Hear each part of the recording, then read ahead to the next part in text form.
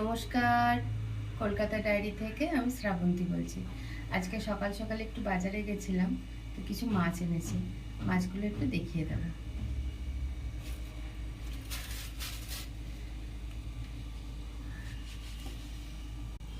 দেখুন, একটু কম ওজনের হচ্ছে ইলিশ মাছ কিনেছি, আর ভোলা মাছ কিনেছি প্রায় 700 মতন কি 750 মতন ভোলা মাছ কিনেছি, আর হচ্ছে লোটে মাছ নিয়েছি। এরপর মাছগুলোকে আমি পরিষ্কার করে নেব। মাছগুলোকে পরিষ্কার করে নিয়ে ধুয়ে নিয়ে তারপরে আপনাদেরকে দেখাতে থাকছি আজকে কি রান্না করব। এবারে হচ্ছে একটু মাছের মধ্যে লবণ দিয়ে দেবো, কেননা মাছের মধ্যে লবণ দিলে তাহলে মাছটা ভালো পরিষ্কার হয়, তাই প্রত্যেকটা মাছে একটু করে লবণ দিয়ে দেবো।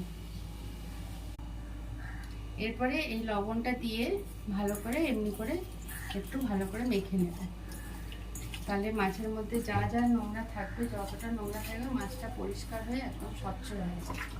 এরকম করে প্রত্যেকটা মাছই এরকম করে মেখে নেব। এখানটায় একটুখানি ভালো করে দেখুন বন্ধুরা, এইরকম করে মাছটা মেখে নেব।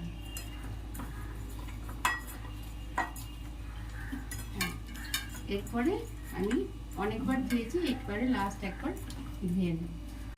দেখুন বন্ধুরা, মাছটা এই যে খুলে এই যে জলটা বেরোচ্ছে, দেখছেন কিরকম ভালো জল বেরোচ্ছে, এটাই লবণ মাখানোর জন্য বেরোচ্ছে।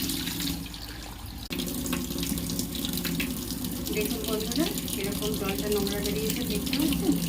এরকম করে প্রত্যেকটি মাছ আমি ধুয়ে নেব। এটা লোটে মাছ। এরপরে ইলিশ মাছটা আপনাদেরকে দেখাচ্ছি। দেখুন বন্ধুরা, মাছটা কিরকম পরিষ্কার হয়েছে। এরপরে আরেকটি মাছ ইলিশ মাছটাও ধুয়ে দেখাচ্ছি আপনাদের। প্রথমে চটকে নেব, তারপরে জল দিয়ে কিছুটা জল দিয়ে তারপরে আমি এরকমভাবে ধুয়ে নেব। দেখুন মাছটা, ইলিশ মাছ তো বেশি ধুতে নেই, কিন্তু দেখুন কি সুন্দর নোংরা জলটা তুলে দিয়ে এবারে জলটা দেখুন কত স্বচ্ছ। এরপরে এরকম বড় কন্টেনারে করে আমি মাছগুলো প্রিজারভেটিভ করে রাখবো, কেননা সব দিন তো বাজার যাওয়া সম্ভব হয় না, প্রত্যেক দিন আমার অফিস থাকে, তাই আজকে একটু বাজার গেছিলাম বলে 3 রকম মাছ কিনেছি। এরকমভাবে প্রিজারভেটিভ করবো, দেখতে থাকুন।